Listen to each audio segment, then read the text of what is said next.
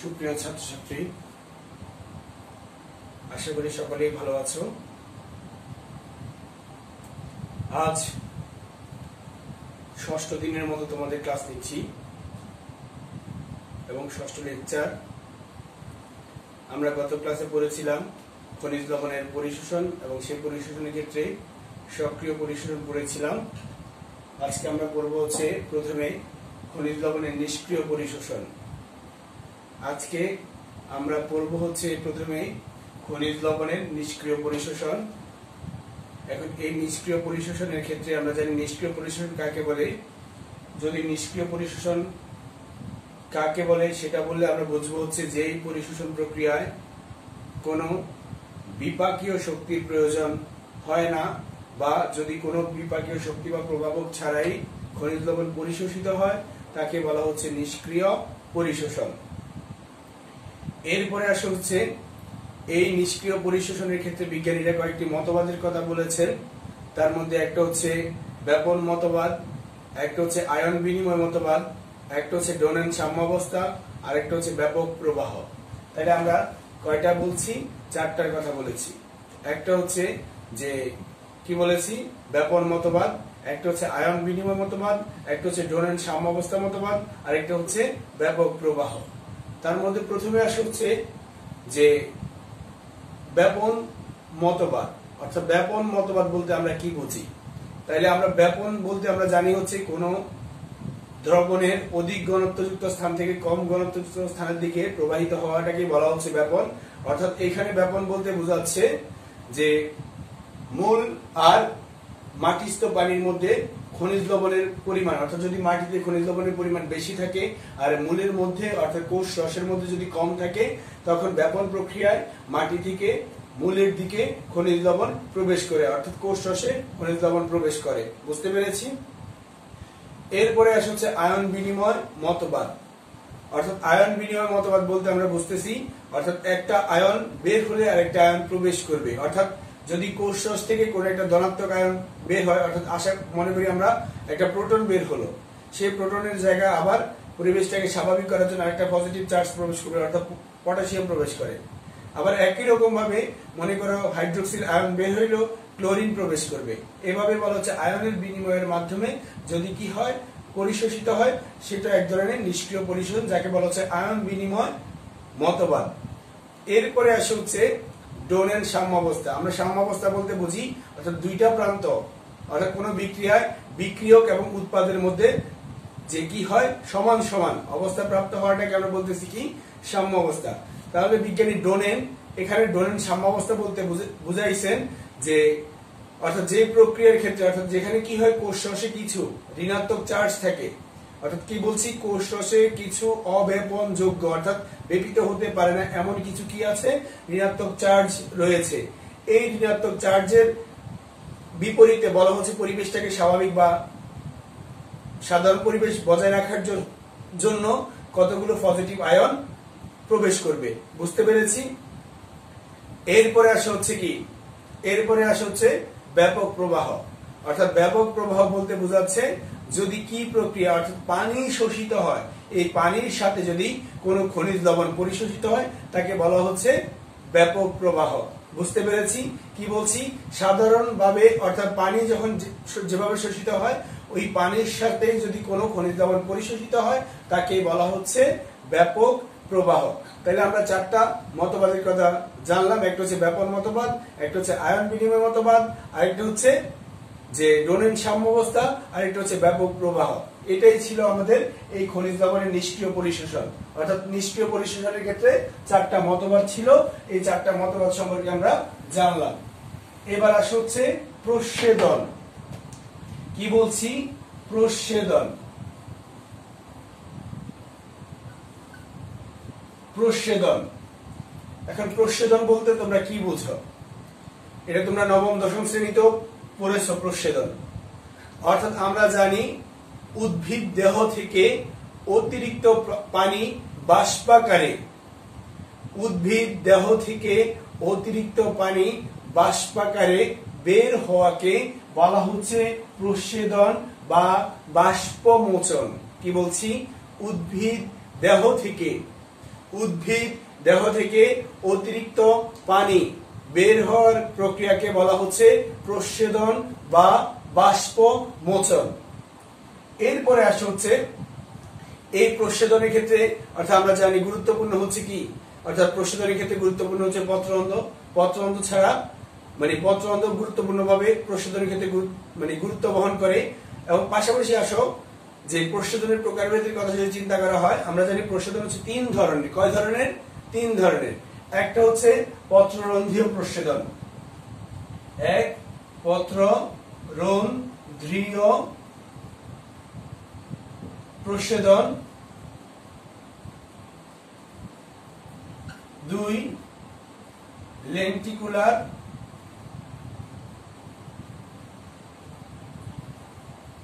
প্রস্বেদন, তিন cuticular প্রস্বেদন। Cuticular প্রস্বেদন, তার মধ্যে খেয়াল করার প্রথম আসে হচ্ছে পত্ররন্ধ্রীয় প্রস্বেদন। অর্থাৎ পত্ররন্ধ্রীয় প্রস্বেদন বলতে আমরা বুঝি উদ্ভিদের পাতায় যে ছিদ্র থাকে, উদ্ভিদের পাতায় যে ছিদ্র থাকে, এই ছিদ্রের মধ্য দিয়ে অতিরিক্ত পানি বের হওয়ার প্রক্রিয়াকে বলা হচ্ছে পত্ররন্ধ্রীয় প্রস্বেদন। উদ্ভিদের 90 থেকে 95% অর্থাৎ 90 থেকে 95% প্রস্বেদন সংঘটিত হয় পত্ররন্ধ্রের মাধ্যমে, এজন্য এটাকে বলা হচ্ছে পত্ররন্ধ্রীয় প্রস্বেদন। এরপর আসছে লেন্টিকুলার প্রস্বেদন। অর্থাৎ আমরা জানি উদ্ভিদের মধ্যে যখন সেকেন্ডারি বিভাজন ঘটে, কি ঘটে? সেকেন্ডারি বিভাজন ঘটে, তখন ওই বিভাজনের সময় যে কিছু লেন্টিসেল সৃষ্টি, অর্থাৎ ফাঁকা কোষের সৃষ্টি হয়। অর্থাৎ উদ্ভিদ প্রাচীরটা, কোষের প্রাচীরটা ফেটে যায়, তখন যে লেন্টিসেলের সৃষ্টি হয়, সেই লেন্টিসেলের মধ্য দিয়ে যে পানি বের হয় তাকে বলা হচ্ছে লেন্টিকুলার প্রস্বেদন। তাহলে কি বললাম? উদ্ভিদের সেকেন্ডারি বিভাজন ঘটলে লেন্টিসেল, যাকে বাংলা বলে লেন্টিকোষ সৃষ্টি হয়, সেই লেন্টিসেলের মধ্য দিয়ে পানি বের হওয়ার প্রক্রিয়াটাকে বলা হচ্ছে লেন্টিকুলার প্রস্বেদন। বুঝতে পেরেছি?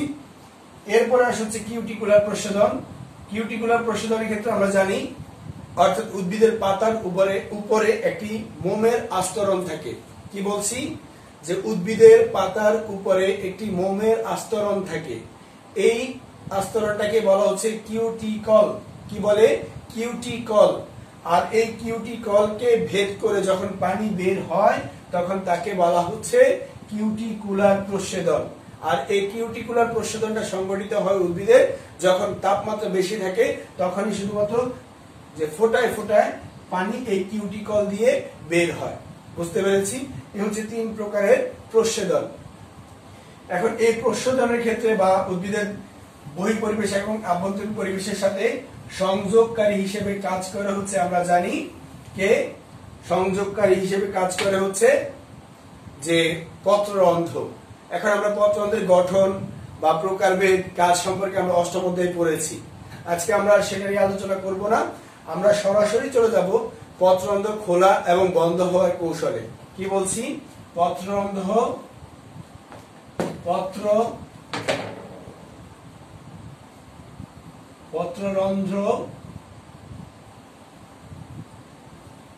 খোলা এবং বন্ধ হওয়ার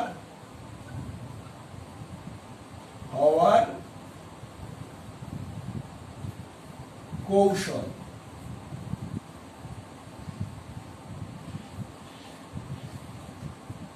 পত্ররন্ধ্র বন্ধ খোলার কৌশলের ক্ষেত্রে আমরা জানি পত্ররন্ধ্র যখন খুলে এবং বন্ধ হয়, এটার মধ্য দিয়ে পরিবেশের সাথে উদ্ভিদের কোষের বা উদ্ভিদের সংযোগ সাধিত হয়। এখন এই পত্ররন্ধ্র খোলা এবং বন্ধ হওয়ার যে কৌশলটা সে সম্পর্কে আমরা জানবো। অর্থাৎ পত্ররন্ধ্র খোলা এবং বন্ধ হওয়ার জন্য দায়ী হচ্ছে উদ্ভিদের, অর্থাৎ উদ্ভিদের যে রক্ষী কোষ থাকে, অর্থাৎ পত্ররন্ধ্রের যে রক্ষী কোষ থাকে, এই রক্ষী কোষের স্ফীতি এবং শিথিল হওয়া। কি বলছি? পত্ররন্ধ্রের স্ফীতি এবং শিথিল হওয়ার মধ্য দিয়ে পত্ররন্ধ্র খোলা এবং বন্ধ হওয়া নিয়ন্ত্রিত হয়। প্রশ্ন হচ্ছে কখন রক্ষী কোষ স্ফীত হয় এবং শিথিল হয়, সেটা সম্পর্কে আমরা জানলে আমরা বুঝতে পারবো যে কিভাবে পত্ররন্ধ্র বন্ধ হয় এবং খুলে। আসলে যে পত্ররন্ধ্র খোলা এবং বন্ধ হওয়ার ক্ষেত্রে যে বলছি যে রক্ষী কোষ, অর্থাৎ রক্ষী কোষ যে আমরা বলছি, যেটা ছিল কি দুটি অর্ধচন্দ্রাকৃতির কোষ। কোন ধরনের কোষ? অর্ধচন্দ্রাকৃতির কোষ। এই কোষগুলোকে বলা হচ্ছে রক্ষী কোষ। এদের সুস্পষ্ট নিউক্লিয়াস থাকে এবং পাশাপাশি ক্লোরোপ্লাস্ট থাকে। কিন্তু কথা হচ্ছে এই রক্ষী কোষ এর কারণে পত্ররন্ধ্র খুলে এবং বন্ধ হয়। এই রক্ষী কোষের যে ভিতরের মানে রক্ষী কোষের যে ভিতর দিকে অর্থাৎ পত্ররন্ধ্রের দিকের আবরণটি বা স্তরটি, এটা হচ্ছে পুরু, আর বহিত্বক বা বাহিরের ত্বকটা হচ্ছে পাতলা। এটা হচ্ছে পাতলা আর এটা হচ্ছে পুরু। এখন বলা হচ্ছে আন্তঃপরিবর্তনের কারণে, অর্থাৎ পাতার ভিতরে যে রক্ষী কোষ থাকে, এই রক্ষী কোষের খাদ্য গ্রহণ এবং ত্যাগ বা বহি অভিস্রবণ অন্ত অভিস্রবণের কারণে কি হয়? এই পত্ররন্ধ্র খুলে এবং বন্ধ হওয়া নিয়ন্ত্রিত হয়। কি বলছি? যখন যে রক্ষী কোষটা স্ফীত হয় বা মোটা হয়, সেটা বেঁকে যায়। কিভাবে হয়? বেঁকে যায়। আর বেঁকে যাওয়ার কারণে কি হয়? পত্ররন্ধ্র খুলে যায়। আর যখন এই রক্ষী কোষ শিথিল হয়, মানে তার বহি অভিস্রবণের মাধ্যমে তার থেকে পানিটা বের হয়ে যায়, তখন কি হয়? সেটা শিথিল হয়ে যায় এবং এটা স্বাভাবিক হয়ে বন্ধ হয়ে যায়। কি বললাম? যখন বেঁকে যায় তখন খুলে, আর যখন স্বাভাবিক বা শিথিল হয়ে যায় তখন পত্ররন্ধ্র বন্ধ হয়ে যায়। আর এই পত্ররন্ধ্র বন্ধ হওয়া এবং খোলার ক্ষেত্রে বিজ্ঞানীরা কয়েকটা মতবাদ দিয়েছেন। তার মধ্যে আমরা জানি যে একটা হচ্ছে যে কি বিজ্ঞানী মোল দিয়েছেন। বিজ্ঞানী মোলের মতবাদটা হচ্ছে যে পত্ররন্ধ্র শুধুমাত্র রক্ষী কোষের স্ফীতির কারণে কি হয়? খোলে। যে তিনি বলেছেন পত্ররন্ধ্র রক্ষী কোষের স্ফীতির কারণেই খোলে। তিনি 1856 সালে এই মতবাদটা দিয়েছেন। কিন্তু এরও আগে 1808 সালে বিজ্ঞানী এফ.ই. লয়েড তিনি একটি মতবাদ দিয়েছেন, যাকে স্টার্চ সুগার মতবাদ বলা হয়। কি বলছি? বিজ্ঞানী লয়েড 1808 সালে একটি মতবাদ দিয়েছেন, যাকে বলা হচ্ছে কি? Starch sugar model. আর বলা হচ্ছে স্টার্চ সুগার মডেলের মতে বিজ্ঞানী কে এফ.ই. লয়েড তিনি বলেছেন যে আন্তঃপরিবর্তনের কারণে, অর্থাৎ আন্তঃপরিবর্তন বলতে কি? যে তিনি বলছেন যখন কোনো কোষের রক্ষী কোষের ভিতরে অদ্রবণীয় স্টার্চ সৃষ্টি হয়, তখন বহি অভিস্রবণ প্রক্রিয়ায় এই রক্ষী কোষ থেকে পানি বেরিয়ে যায়। বেরিয়ে যাওয়ার কারণে বলা হচ্ছে পত্ররন্ধ্রটা বন্ধ হয়ে যায়। কিন্তু যখন সেই অদ্রবণীয় স্টার্চ বা শ্বেতসারটি কি হয়? তিনি বলেছেন ওই শ্বেতসার যদি দ্রবণীয় সুগারে পরিণত হয়, তখন কি কোন প্রক্রিয়া? হাইড্রোলাইসিস। কোন প্রক্রিয়া? হাইড্রোলাইসিস। এই কোষের ভিতরে যখন অদ্রবণীয় শ্বেতসারগুলো আবার কি হয়? যে দ্রবীভূত সুগারে পরিণত হয়, তখন অন্ত অভিস্রবণ প্রক্রিয়ায় পানি প্রবেশ করে। তখন কি হয়? এই রক্ষী কোষগুলো স্ফীত হয় বা মোটা হয়ে যায়। তখন সেটা কি হয়? এই রক্ষী কোষ বেঁকে যাওয়ার কারণে পত্ররন্ধ্র কি হয়? খুলে যায়। বুঝতে পেরেছি? এটা হচ্ছে কার? এফ.ই. লয়েডের কথা। কিন্তু পরবর্তীতে 1926 সালে বিজ্ঞানী যে সায়েরি তিনি একটি মতবাদ দিয়েছেন। কত সালে? 1926 সালে। তার মতবাদ হচ্ছে যে শ্বেতসার এবং চিনির আন্তঃপরিবর্তন। তিনি বলেছেন কি? শ্বেতসার এবং চিনির আন্তঃপরিবর্তন। সেই ক্ষেত্রে তিনি বলেছেন যে এটাও কিন্তু কিছুটা এই মতবাদের মত হলেও তিনি একটা কারণ দেখিয়েছেন। তিনি বলছেন রাতের বেলা যখন সালোক সংশ্লেষণ ঘটে না, তখন শ্বসন প্রক্রিয়া সংঘটিত হয়। আর শ্বসনের ফলে যখন কার্বন ডাই অক্সাইড উৎপন্ন হয়, সেই কার্বন ডাই অক্সাইডটা কোষের ভিতরে কার্বনিক অ্যাসিডে পরিণত হয়। আর ওই কার্বনিক অ্যাসিড যেহেতু পত্ররন্ধ্র বন্ধ থাকে, বের হইতে পারে না, তখন কার্বনিক অ্যাসিড কি করে? পিএইচ এর মানটাকে হ্রাস ঘটায়। পিএইচ এর মানকে হ্রাস ঘটিয়ে দেয় এবং হ্রাস ঘটানোর কারণে যে কোষ থেকে মানে কোষের ভিতরে যে অদ্রবণীয় শ্বেতসার তৈরি হয় এবং পানিটা বের হয়ে যায়। বহি অভিস্রবণ প্রক্রিয়ায় পানিটা বের হয়ে যায়। কিন্তু দিনের বেলায় যখন সালোক সংশ্লেষণ ঘটে, কার্বন ডাই অক্সাইডের ব্যবহার হয়ে যায়, তখন অক্সিজেনের পরিমাণ বেড়ে যায় এবং পাশাপাশি বলা হচ্ছে পিএইচ এর মানটাও বেড়ে যায়। পিএইচ এর মান 7 বা 7 এর উপরে চলে যায়। তখন কি হয়? তখন এই অদ্রবণীয় কোষের ভিতরে যে অদ্রবণীয় শ্বেতসারগুলো থাকে, সেগুলো দ্রবণীয় চিনিতে পরিণত হয় এবং অন্ত অভিস্রবণ প্রক্রিয়ায় পানি প্রবেশ করে। আর এই পানি প্রবেশ করার পরে রক্ষী কোষটা কি হয়, স্ফীত হয় বা মোটা হয়, তখন সেটা বেঁকে যায়, পত্ররন্ধ্র কি হয়, পত্ররন্ধ্র খুলে যায়। বুঝতে পেরেছি? এটা ছিল কার মতবাদ? এটা ছিল হচ্ছে সায়োরির মতবাদ। কিন্তু 1943 সালে বিজ্ঞানী ইমামুরা যে প্রোটন প্রবাহ বা আধুনিক যে মতবাদ দিয়েছেন, সেই মতবাদের ফলে আগের যতগুলো মতবাদ ছিল সবগুলো কি হয়ে গেছে, যে সবগুলোর গুরুত্ব কমে গেছে।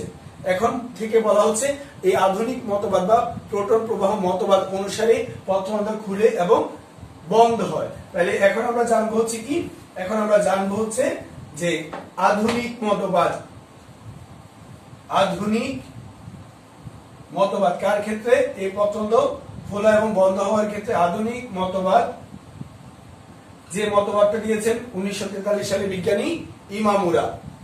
এখন ইমামুরার মতে তিনি বলেছেন যে রক্ষী কোষের মধ্যে যখন কে প্রবেশ করে, তিনি বারবারই প্রমাণ করেছেন বা পরবর্তী বিজ্ঞানীরা প্রমাণ করেছেন যে পটাশিয়াম আয়ন প্রবেশ করার কারণেই পত্ররন্ধ্র খুলে এবং বন্ধ হয়। কি বলছি? পটাশিয়াম আয়ন প্রবেশের কারণে এবং বের হওয়ার কারণে পত্ররন্ধ্র খুলে বা বন্ধ হয়। এটা প্রমাণ করেছেন আধুনিক মতবাদ বা প্রোটন প্রবাহ মতবাদ অনুসারে বিজ্ঞানী ইমামুরা। কত সালে? 1943 সালে। তার মতবাদের যে মতে পরবর্তী তিনি করার পরে অন্যান্য বিজ্ঞানীরা এটাকে প্রমাণ করতে পেরেছেন। তখন এই মতবাদ অনুসারে বলছেন তিনি যে আলোক বর্ণালীর নীল অংশ, আমরা জানি যখন সূর্যের আলো পৃথিবীতে আসে তখন বিভিন্ন রং ধারণ করে, তার মধ্যে যে আলোক বর্ণালীর নীল অংশটা, ওই নীল অংশে কি হয়, নীল অংশে রক্ষী কোষের যে রিসেপ্টর গুলো থাকে এগুলো কি উদ্দীপ্ত হয়, রক্ষী কোষের রিসেপ্টর গুলো উদ্দীপ্ত হয় এবং উদ্দীপ্ত হওয়ার ফলেই পটাশিয়াম আয়ন রক্ষী কোষে প্রবেশ করে। কি বলছি? এই রক্ষী কোষের মধ্যে পটাশিয়াম আয়নটা প্রবেশ করে। কে প্রবেশ করে? Potassium ion. কখন? যখন আলোক বর্ণালীর কি থাকে, আলোক বর্ণালীর যে নীল অংশে, তখন এই পটাশিয়াম আয়ন প্রবেশ করলে দ্রব্যের ঘনত্বটা বেড়ে যায়। কি বলছি? দ্রবণে, এই কোষের ভিতর যে দ্রবণ থাকে, এই দ্রবণের যখন কি হয়, এই দ্রব্যের ঘনত্বটা বেড়ে যায়, তখন অন্তঃবিস্রবণ প্রক্রিয়ায় পানি প্রবেশ করে। কি প্রবেশ করে? পানি প্রবেশ করে। প্রবেশ করার কারণে বলা হচ্ছে এই কোষগুলো অর্থাৎ রক্ষী কোষগুলো স্ফীত হওয়ার কারণে বেঁকে গিয়ে পত্ররন্ধ্র খুলে যায়। এটাই হচ্ছে এই মতবাদের মূল কথা। এরপরে বলা হচ্ছে সালোক সংশ্লেষণ প্রক্রিয়া, যে কার্বন ডাই অক্সাইড কমে যায় এবং কার্বন ডাই অক্সাইড বের হয়ে যায়।